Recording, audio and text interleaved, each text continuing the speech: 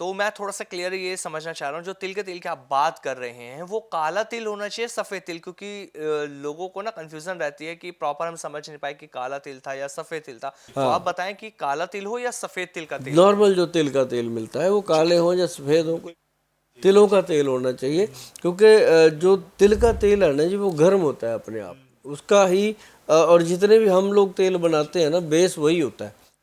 जो दर्दों के तेल बनते हैं, अब हमारा जैसे काला गोंद से बनता है। अच्छा एक बात और बताता हूँ, एक ना वो आता है जटामांसी, तो वो जो जटामांसी है उसका पाउडर, काला गोंद जो ब्लैक गम होती है उसका पाउडर बना के उसमें मिक्स किया जाए और उसको अगर लेता है पेशेंट, उससे भी बहुत फर्क पड़ता अच्छा गोयल साहब, एक चीज थोड़ा सा और क्लियर मैं आपसे पूछना चाहता हूँ। अभी जैसे आपने जटा मानसी और गोंद के पाउडर की बात करी, तो ये दोनों कितनी कितनी मात्रा में लेने, क्वांटिटी क्या होनी चाहिए, ये भी आप थोड़ा बताएं। क्योंकि कहा जाता है ना कि अगर हम कोई नुस्खा घरेलू अपना रहे हैं अपने रसोई के अंदर से, तो जो उस नुस्खे को बनाना है उसकी जो क्वांटिटी है वो प्रॉपर होनी चाहिए। तो इसकी क्वांटिटी क्या हो, इन दोनों की आप ये भी बता है। दीजिए। हाँ, जो काला गोंद है वो आप मान लीजिए आपने ले लिया मुश्किल से 20 ग्राम, उसके अंदर 10 ग्राम जटामांसी डाल दिया, उसका पाउडर बनाना है। छोटी सी अमाउंट है, क्योंकि हम तो बनाते हैं उसका कैप्सूल बना के दे देते हैं लोगों को, खाते हैं लोग, बड़ा आनंद बिल्कुल गोयल आता है। साहब। लेकिन अगर घर पे बनाना है तो 20 ग्राम वो और 10 ग्राम वो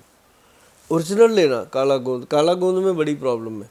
तो ये अगर काला गोंद ही मिल जाए आपको असली वाला, जो जो पेड़ से सीधा आता है, वो मतलब एकदम मतलब परफेक्ट चीज़ है।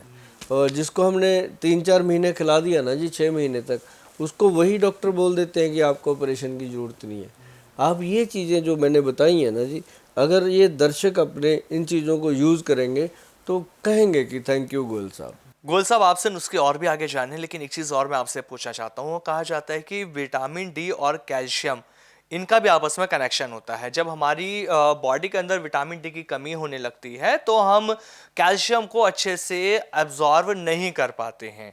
और कहा जाता है कि अगर विटामिन डी ज़्यादा है तो हम कैल्शियम को और ज़्यादा एब्जॉर्व करने लगते हैं।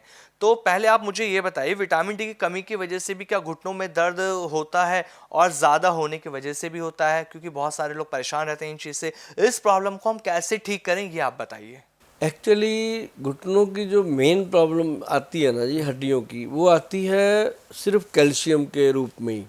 अगर कैल्शियम कम होगा तो प्रॉब्लम आएगी। अच्छा गोल साहब, विटामिन डी और कैल्शियम आपस में लिंक है।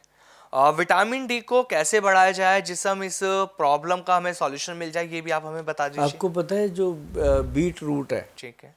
चुकंदर, जी बिल्कुल। कमाल कर चलते हैं, बहुत लोगों को हमने दिया है। हम उसको पाउडर रूप में देते हैं।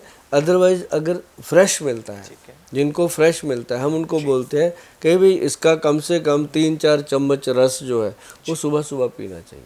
और साथ में आंवला, आंवला जो है वो हमेशा विटामिन डी और कैल्शियम और उसके साथ B12, और B12 भी बहुत लोगों का कमी रहता है, वो उसकी कमी होना भी शरीर के दर्दों का कारण बनता है। तो ये चीज़ों को, जो आंवला पाउडर है और बीट रूट पाउडर है, या बीट रूट जो फ्रेश मिल जाए जूस, जो आंवले का फ्रेश जूस, वो कमाल करता है। गोयल साहब, एक चीज़ और मैं आपसे पूछना चाहता हूँ। कहते हैं कि अगर आप लोगों को घुटने की प्रॉब्लम है, घुटने में लगातार आपके दर्द बना रहता है, तो इसके पीछे वात का कारण है, मतलब वात की बीमारी है।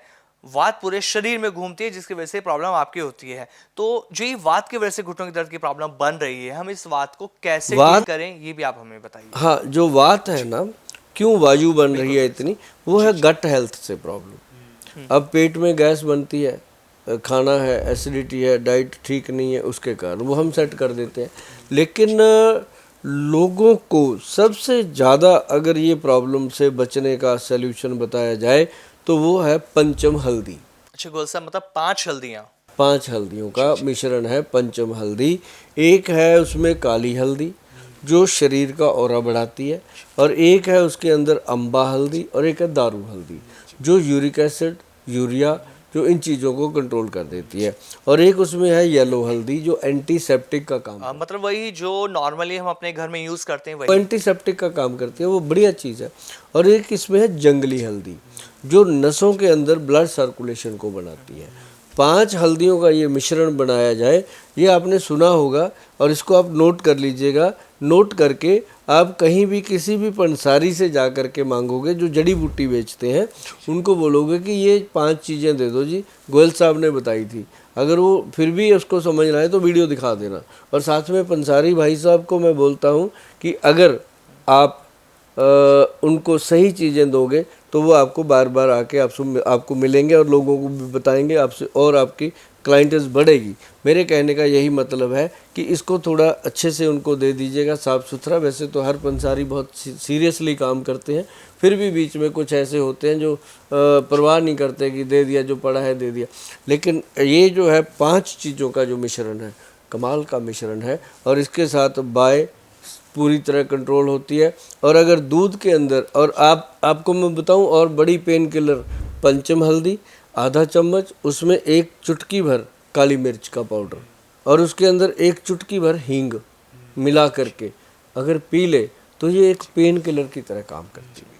तो इससे क्या है कि घुटनों के दर्द में आराम मिलता है, और साथ में अगर पंचम हल्दी के साथ काला गोंद मिला के लिया जाए तो बेहतरीन रिजल्ट जो आते हैं।